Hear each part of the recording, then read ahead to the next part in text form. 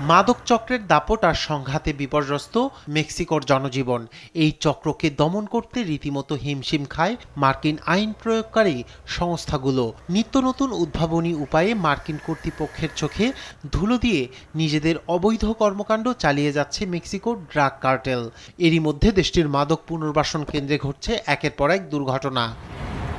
এই আবহে স্থানীয় সময় রোববার মেক্সিকোর মধ্যাঞ্চলে আগুন লেগে পুড়ে ছাই হয় একটি মাদক পুনর্বাসন কেন্দ্র।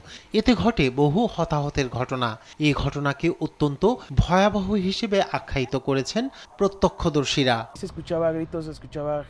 হঠাৎ চিৎকার আর মানুষের আর্তনাদ শুনতে পাচ্ছিলাম। চারদিক থেকে সাহায্যের জন্য আবেদন শুনতে পাচ্ছিলাম। কিছু বুঝে ওঠার আগেই কতগুলো নিথর দেহ দেখতে পেলাম।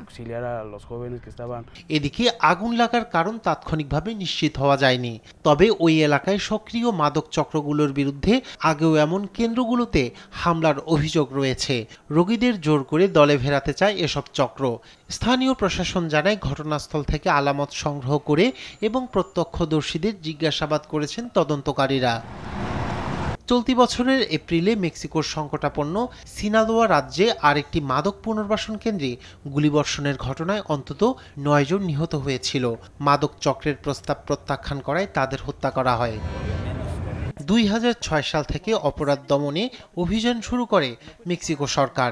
সরকারি সূত্র মতে এরপর থেকে উত্তর আমেরিকার দেশটিতে সহিংসতায় প্রায় 4,80,000 মানুষের মৃত্যু হয়েছে। নিখোঁজ রয়েছেন আরও প্রায় 1,20,000। রায়হান কবির শুভ্র, নিউজ ডেস্ক, দেশ টিভি।